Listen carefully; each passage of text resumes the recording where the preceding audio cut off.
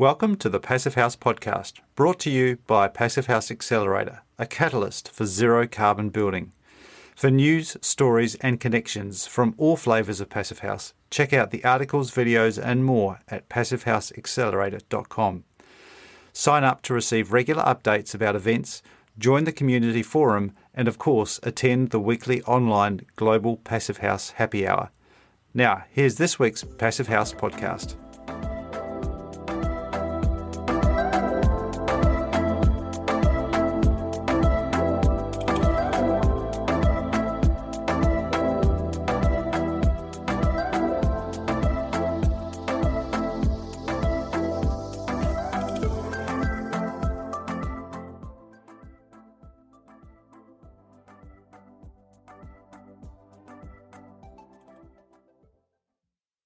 Hello, Zach Semke. How are you? I'm well, Matthew Cutler-Welsh. How are you? I'm good. Things are warming up here in Auckland. We're officially in summer now, this time of year. So kids are finishing up school, getting ready for their big, long Christmas summer holiday, as we have here in the Southern Hemisphere. That's nice. I'm jealous. The days are getting shorter and shorter here. That I was on my morning walk today, and it was pitch black for much of it. I was pining away for the longer days of spring and summer. But it's nice that I am always fond of winter solstice, because we know the days start getting longer. Yes, it is coming anyway. up to solstice time very shortly. Well, we've got a great interview today, which we should get stuck into. Luke Plowman. This is a conversation that I had earlier on in the year. We may refer during the conversation to lockdown, because this was kind of fairly early on. I think April of 2020, and both Australia and New Zealand were experiencing a bit of a lockdown, and some of us were just getting used to that side of things, but it doesn't really affect Luke's practice, because he works almost from home in his little hut, just out of his house, and he is Australia's Passive House certifier. He's one of a couple of certifiers in Australia, so he's also a consultant and does some Passive House consulting for a number of projects. But he has been responsible for the actual certification of some of the first 40-odd certifications of Passive House projects in Australia. And that's all come about it's really ramped up in the last 5 or 6 years. He's trained as an engineer originally, so he's not an architect or a builder, which I can empathise with. But he's also always been very interested in sustainability. In 2014, he started Detail Green, which he's the director of. And through Detail Green, he offers services in certification of Passive House, but also Green Star, which he mentions during this interview. Now, Green Star is the Australian version of LEED, and it's run by the Australian Green Building Council. So they're the affiliates of the World Green Building Council. And also Neighbours, which what's the equivalent of the home energy rating in your part of the world, Zach? Oh, the HERS rating, HERS score. Yeah, so it's essentially that the NAT just stands for national. So that's the Australian version of HERS. So the vast majority of designers and builders are very familiar with HERS, but anyone who's familiar with Passive House would rate quite correctly Passive House as being far superior to the fairly low standards of NAT HERS. So let's jump into it. This is my chat with Luke, and we talk a little bit about how he got into Passive House in the first place. Thank you for agreeing to come and have a chat. I've got obviously the Homestyle Green interviews that I've done quite a number of, but I'm also looking at doing a different series on Passive House. Oh yeah, yep, And I think it would be good to target more in that direction for yep, the stuff that you're doing. How much of yep. your work is passive house at the moment? Oh, probably 80% Right. now, something like that. So yeah, pretty much all of it these days, which is Yeah. great. So Yeah. So it'd be great to talk a bit about that and sort of yeah, how you've got into that, and then what you think it might look like going forward. sure. So yeah, we might as well get stuck into it. So I've got another couple of other appointments this afternoon. Yeah, no worries. Don't want to take up too much of your time either. So we'll kick straight into it. If you can start out, what's special, I guess, about detail green? Well, I guess certainly in Australia, we're one of, I guess, the more experienced passive house consultants. So yeah, I guess that's, we've been working in this space for 6 years now, and yeah, I think we are able to offer project experience so that we can, give the people the right answer first up, rather than having to do a bunch of experimentation. Yeah, and I guess my background in the commercial building industry and design management has really sort of helped us, so we can we're happy working with anyone from owners, building owners, architects, owner builders themselves, and anything from residential or commercial building. So I guess quite a range, but very specialist in that sort of, we're really focused on that passive house space these days. Yeah, so you mentioned that's a good chunk of your work and your clientele that you're doing. What is the total range of services that you offer? I guess being based regionally in Australia, most of our work is residential because a lot of the big commercial projects are Melbourne, Sydney based or capital city based. Mm-hmm. So our lack of presence there sometimes precludes us from the larger commercial projects. I guess we do more passive house certification on those projects where less design meeting contact is required. Although that's probably changing now with the way everybody's managing to work remotely. Yeah. We do, in the passive house space, a lot of it is residential because that's where most of the work is still happening in Australia.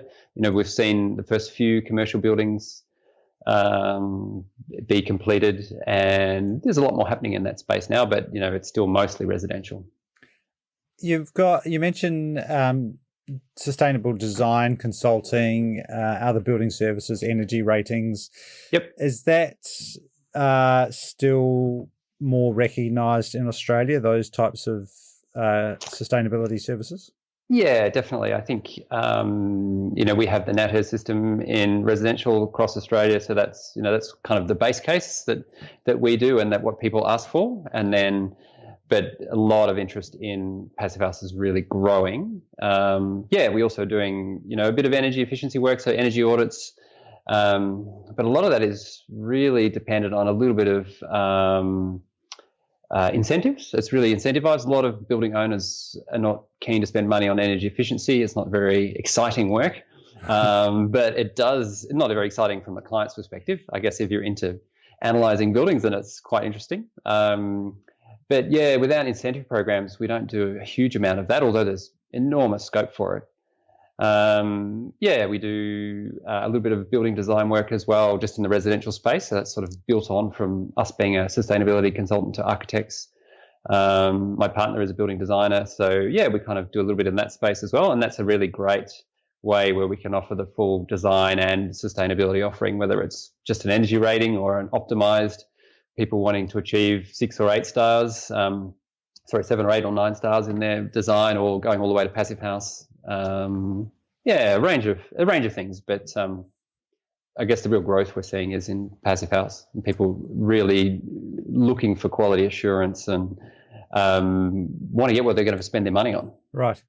You mentioned subsidies. Are they essentially propping up those other services like the energy ratings? If people aren't that excited about them, is the subsidies really the only reason why someone would go down that path? No, I think so. Energy ratings are mandatory, so that's something you have to do, and that's a pretty cheap exercise. For the average house, it's $400 or $500 for a 6-star rating. Mm-hmm. The energy efficiency work is, there's all sorts of. So residential, there's not much demand for it because no one really wants to pay for it. But in commercial buildings, there is, the high-end buildings owned by the big property developers understand life cycle costing and energy savings that they can achieve on a 50-story building, for instance. But in the smaller commercial buildings, which might be owned by a group of investors or an individual, and they've just got the building tenanted out, they're just interested in the rent and not necessarily spending money on improving the building. So there's this real split incentives between owners and occupiers, and tenants are paying higher bills and having a less comfortable building than they would have if it was retrofitted. But for a lot of owners, there's not much incentive. They're paying off their building, they're getting rent coming in. To spend a couple of $100,000 on improving the building is something a lot of them struggle to do. So a bit of incentivization there. We've seen Sustainability Victoria run a few of these programs in the past. It does make a big, you can make some big savings. And if you apply that to 80% of the building stock, commercial building stock, that's there's lots of potential there. But Australia certainly hasn't jumped on energy efficiency in a way that it could. Yeah. I've seen programs in Canada and British Columbia in particular, where a little bit of government incentivization has really, created an industry there in energy efficiency, and everyone benefits from that. What do you think's holding it back in Australia? Well, historically it was very cheap energy, but we don't have that anymore.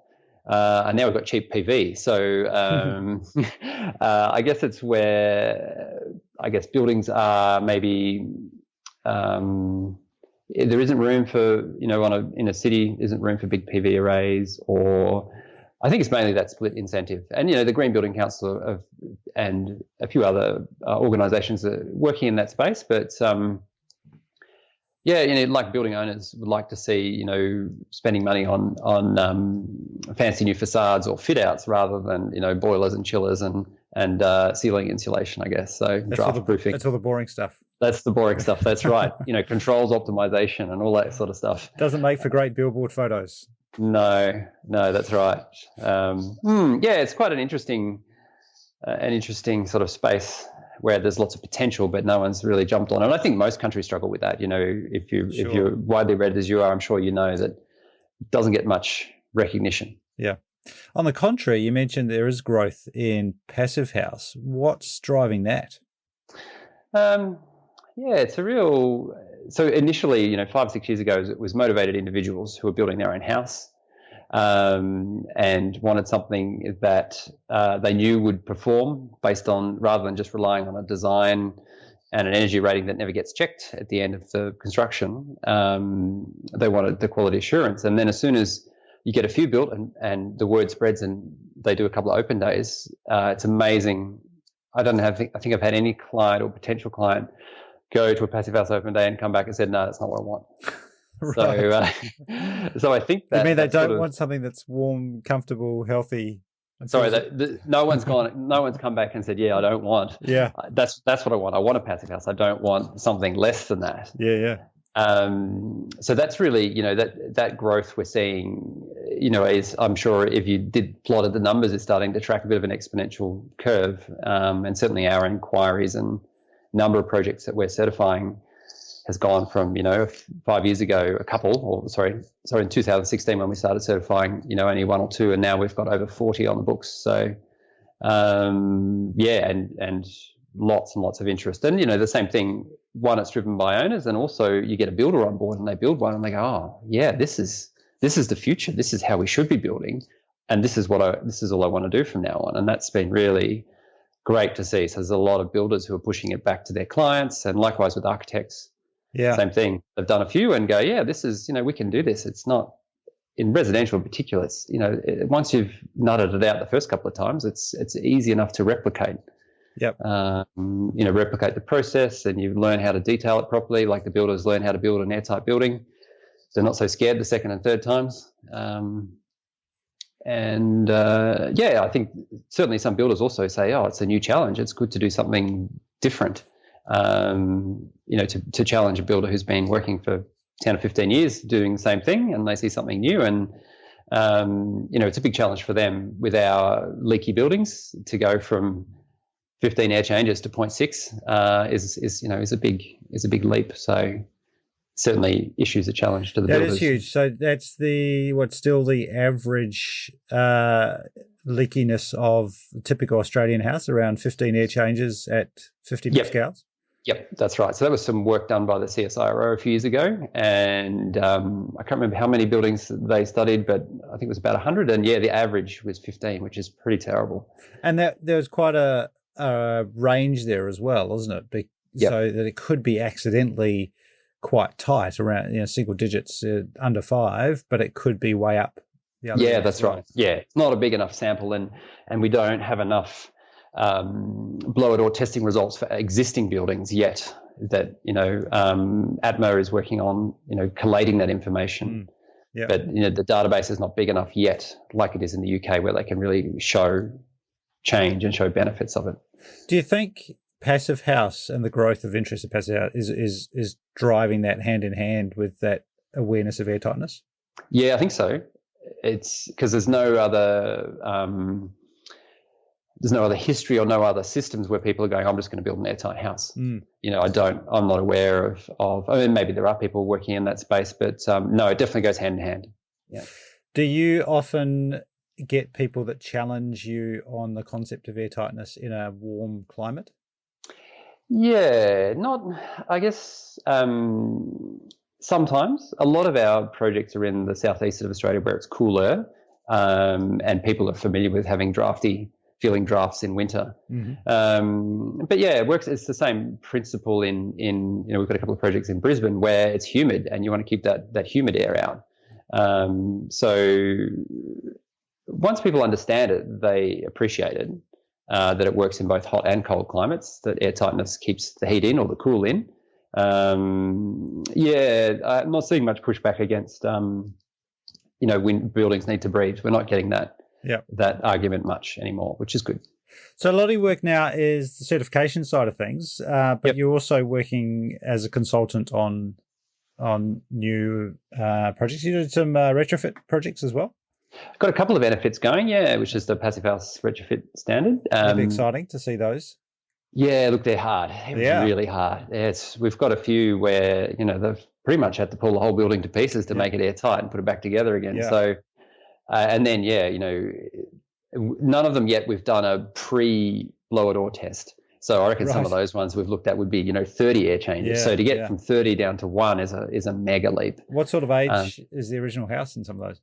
1930s, 1940s. So, 70 or 80 years is where most of them are. So that's in Australia, it's probably the same in New Zealand, where sort of, inner city suburbs, a house was built in the 30s to 50s, hasn't had much done to it, keep the front few rooms, which may have a heritage listing, knock down the back and build a new extension. So the new extension's easy enough, but when it comes to making reducing thermal bridging and making airtight into a 1940s building is actually quite a lot of work. So they're looking for heritage on the outside, but performance on the inside.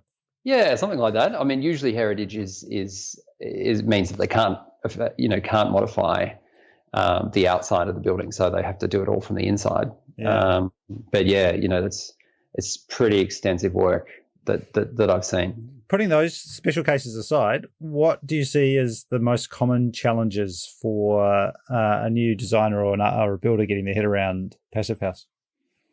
Certainly from the designers, it's minimizing thermal bridges and so typically minimizing the use of steel and moving towards timber for structural elements is a good thing. Mm-hmm. Detailing and doing enough, a lot of documentation is done to what I guess I'd call a fairly basic level if you take it from a commercial building perspective, and the builder has to work it out on site. Whereas with Passive House, to model everything and document it for certification, you need to draw everything up properly. So architects understanding they need to do more drawings, and they really need to think about, continuous airtight membranes, continuous insulation. What do we do with these tricky junctions? And I guess the other one is another, warm climate conundrum is too much glass. So a house with lots of windows, one, they're expensive, and two, they cause lots of overheating. So those are the real challenges for architects is, yes, trying to capture a view perhaps, but doing it in a rational way rather than just producing a glazed facade for the whole elevation of a building. How are you finding using PHPP with respect to overheating? It's good. It works well. Certainly for most of our climates where we have, like inland Australia, where we have cold nights or cool nights, the night cooling, easy. It's not a problem to cool a building down. In the more humid climates, it's quite challenging. And I guess, from Sydney and north, dehumidification starts to be required.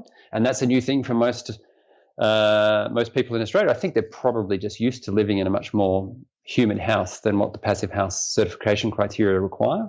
So we certainly get a few questions about, it's telling me I need dehumidification. Do I? The answer is yes, you do, right, to maintain the right relative humidity level inside the building.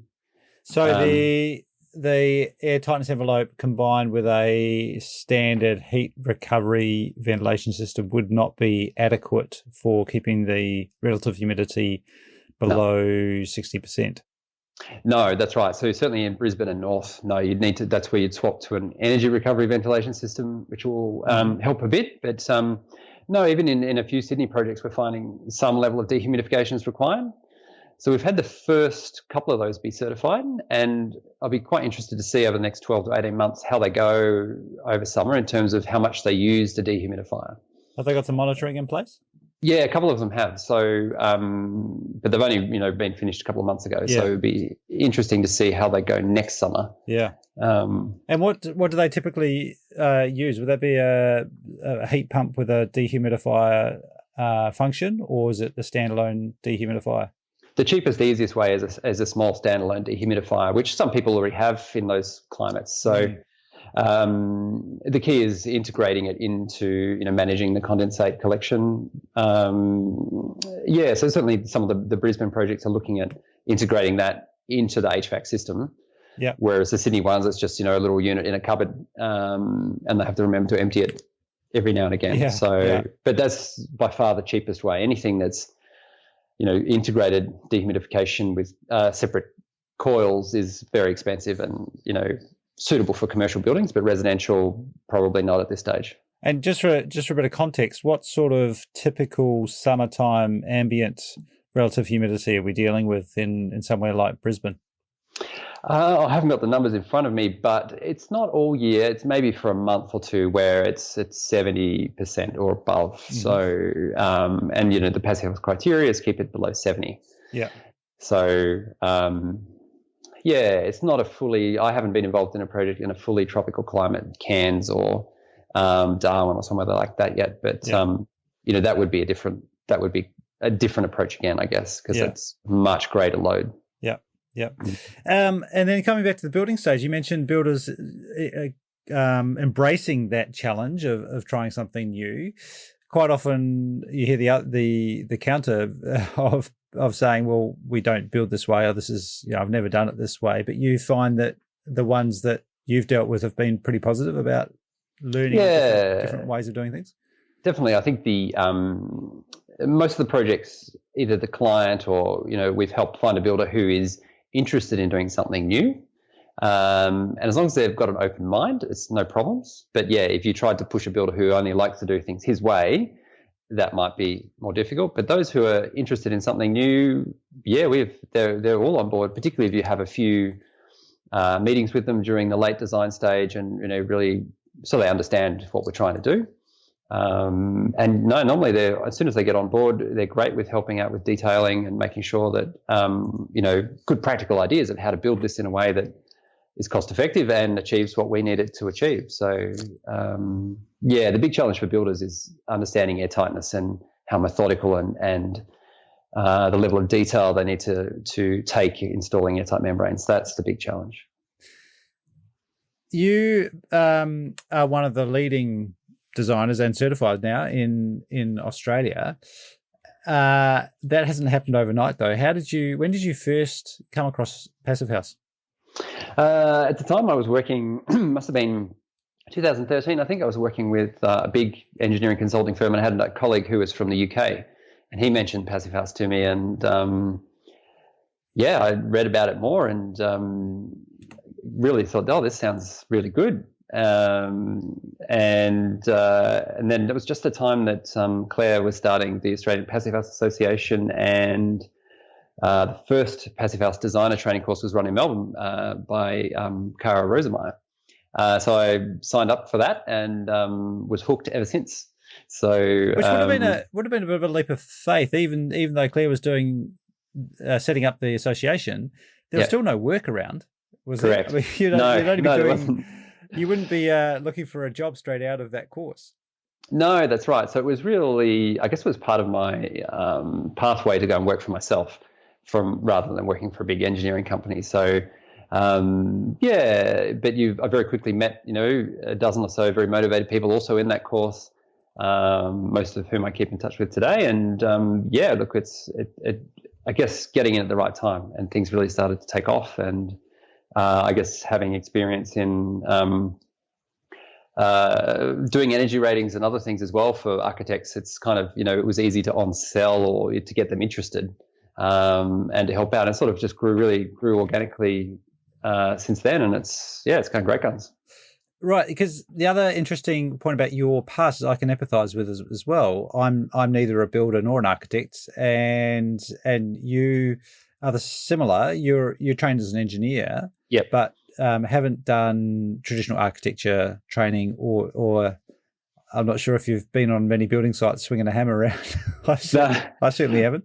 No, I guess I worked for Lend-Lease as for 6 years straight out of university, and a lot of on-site time in commercial buildings. Yeah. So you kind of really, without swinging a hammer, you still get plenty of exposure to both the construction side and then moving into design management and working with architects and engineering consultants. So you really get that I guess that multidisciplinary background, I think, has been really useful. And you find that you get respected by architects and builders as well? Yeah, definitely. Certainly these days, now that, I guess ESD consultants is a mainstream. It's a thing now. Whereas back then it wasn't. And they're like, who's this guy? And what do it's definitely some pushback from architects initially, but these days they appreciate the value that you can add to a project, and no, it's good. It's kind of a nice fit. And as we talked about earlier, you still got those other services that you are offering. Do you see any competition in that space? Is there any conflict between things like rating tools or NatHERS and Passive House? Usually they're complementary. Certainly in the commercial space, Green Star, Passive House, Living Building Challenge all sort of complement each other, and even the neighbours rating, which is for existing building, operational buildings. Residential, no, if you're getting a Passive House, usually they get between 7 and 9 stars, so they're well above minimum practice. The issue we have at the moment is the current building regulations don't accept Passive House as an alternative to NatHERS, so you have to do both. So you can design a house, we can do the Passive House consulting. We know it's going to pass 6 stars, but we still actually have to do that exercise to produce the rating. So APRA are working on the next iteration of the Australian Building Code 2022 to hopefully accept Passive House as an alternative, which will be nice. Yeah. So as well as that type of acceptance, what would you like to see happen in the next 5 to 10 years in the Australian building industry?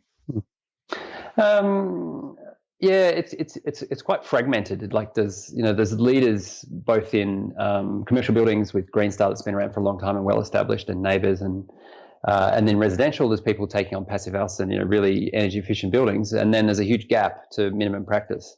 So I think one of the things I'd like to see is really a ratcheting up of our minimum performance. And that's what a lot of people don't understand, that, the building code represents minimum performance. It's all performance based. So 80%, 90% of buildings that get built are minimum practice. And on a world scale, our regulations are very low. Not as low as ours. Maybe not. I don't know. But, it's a race to the bottom. Particularly good. Yeah, that's right. So I guess I'd say, an end to that race to the bottom. Yeah. And there's been some great examples. The city of Vancouver in Canada did their step change, and I think a lot of people know about that. I think that would be, putting it in as an option would really show the regulators that there's a lot of people who are actually interested in going a lot further. So yeah, that's the thing I'd like to see is just, bring up the minimum practice, and you've only got to look to Germany, Austria, California, places like that where their minimum standards are not that far from Passive House. Great to see. And there's, big benefits for everyone from that. So that'd be good. But there's a few log jams in the way. So could be a while. So any final tips for either one of those potential educated clients or maybe a building professional who's sort of dabbling around the edges? What sort of would be the main tip that you've got for people? I think one of the things in a lot of the successful projects we've had is that getting a team together at the start of the project. So if you're an architect who has a client who's interested in Passive House, getting a consultant on board. There's plenty of other organisations, not just ourselves, who work in that space. And also early engagement with a builder, I think, is quite good. So, once you're sort of through planning and you're into that early stages of detailed design, we've had a lot more success in a negotiated price rather than drawing everything up and then tendering it. So bringing the builder in early allows us to explain what a Passive House is, get their input, allay some of their fears perhaps around airtightness, and get some practical ideas so that what is finally documented can be built. It doesn't get documented and the builder gets to it and goes, I actually can't build this. We need to redo it. Yeah. That's what we've found has been most successful. Because a tender itself can end up being a race to the bottom, and then all the important stuff gets pulled out. Yep, exactly. And we've had, you see that happen quite a lot. So, that's important. And then for builders, I guess it's, the airtightness is really, it's sort of about construction sequencing and thinking about, how the building can be put together so that you can keep that airtight layer continuous and there's no gaps in the insulation. And don't be afraid of a blow it or test. It's a really useful tool. And whenever we do them, yes, sometimes you're there all day plugging up leaks, but it's, you can find the leaks usually. But it doesn't mean they don't need to be, really fastidious in installing those membranes.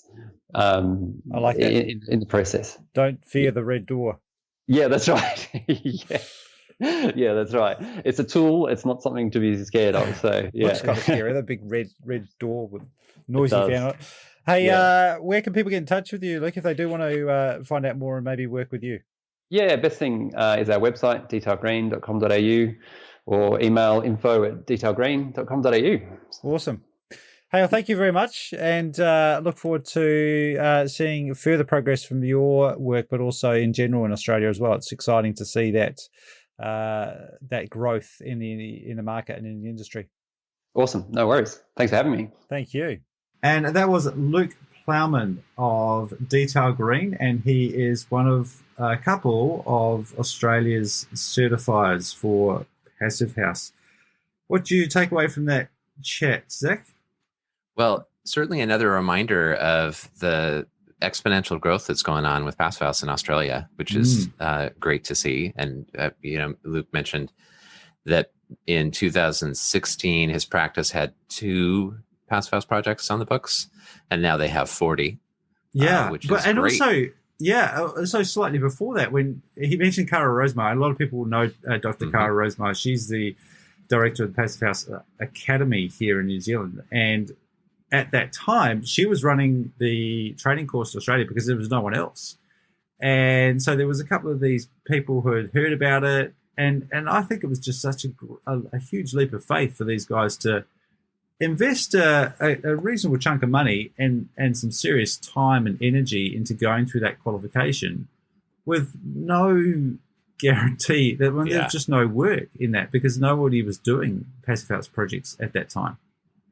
That's been a fun thing about this community. Yeah, I've got to say, because that story is so common in all, around the world as the early adopters are a rare breed and a fun breed to hang out with. Yeah.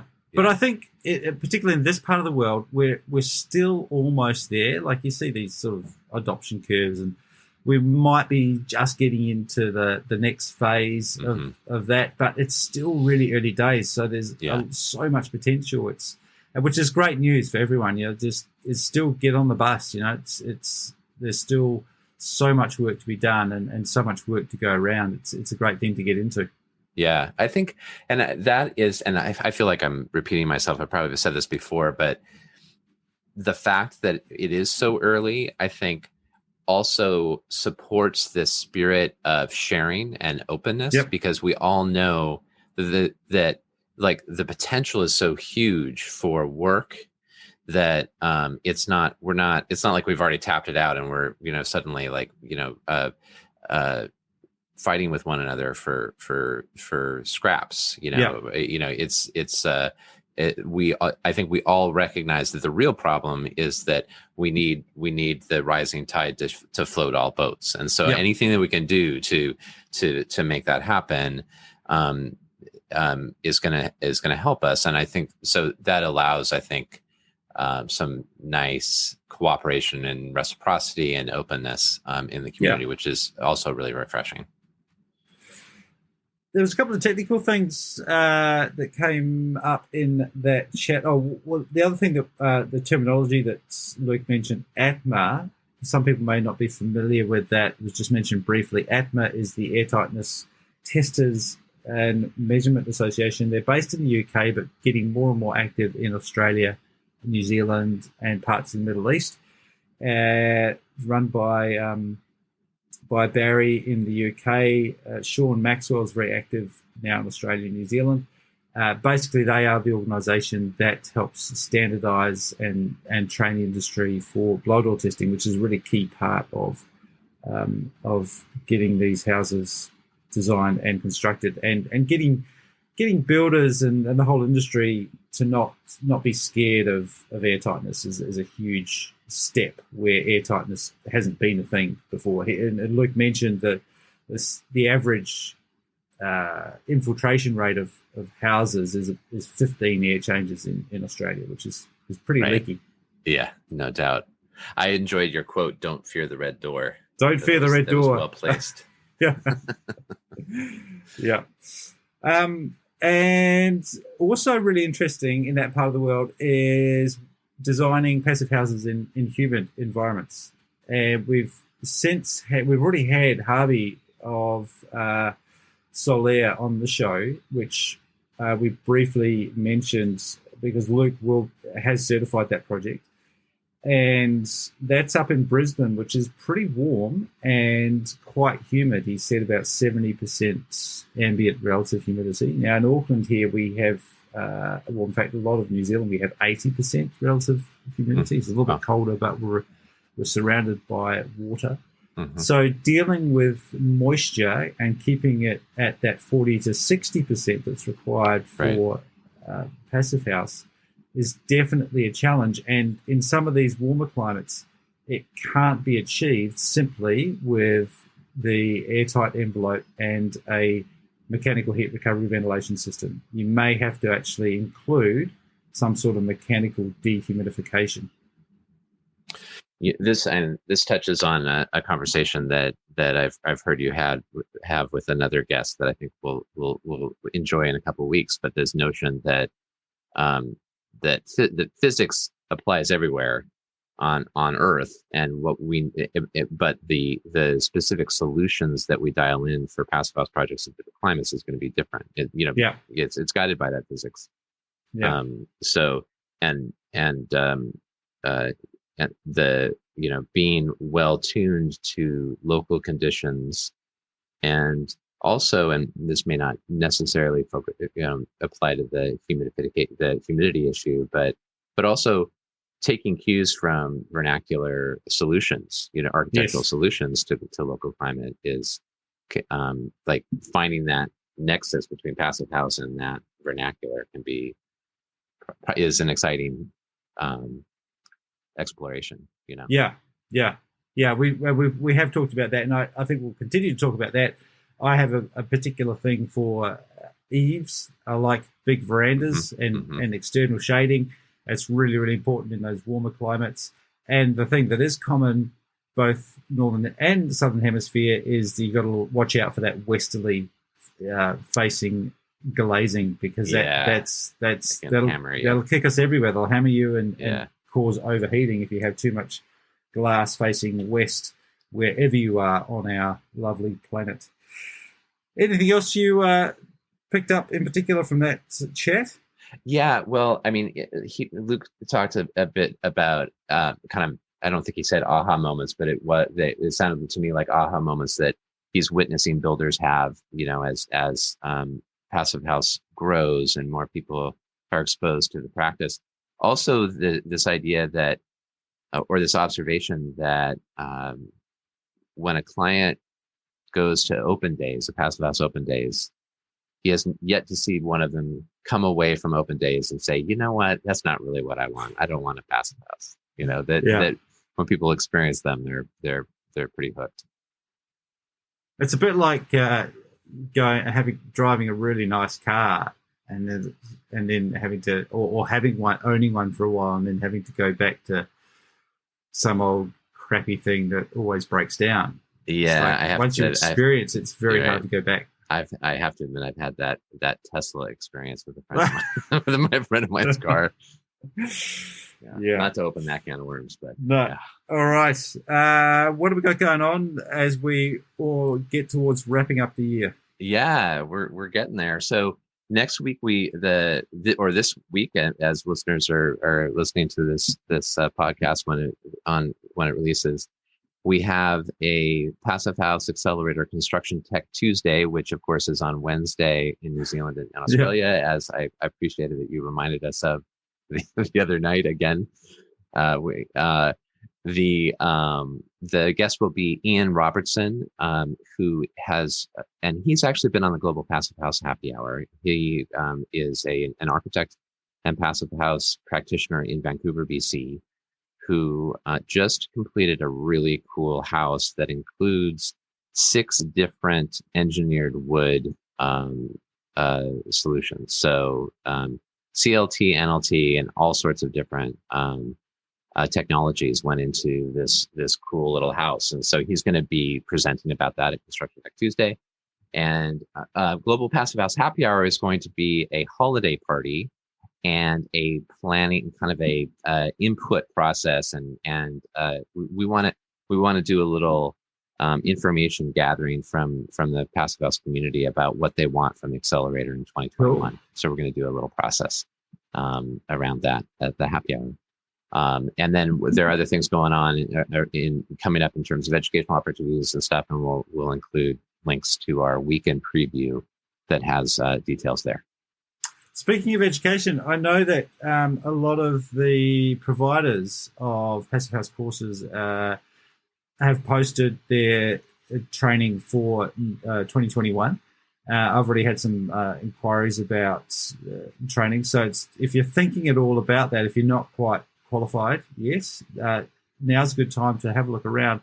And it probably doesn't matter where you are these days either, because a lot of that training now is being provided online.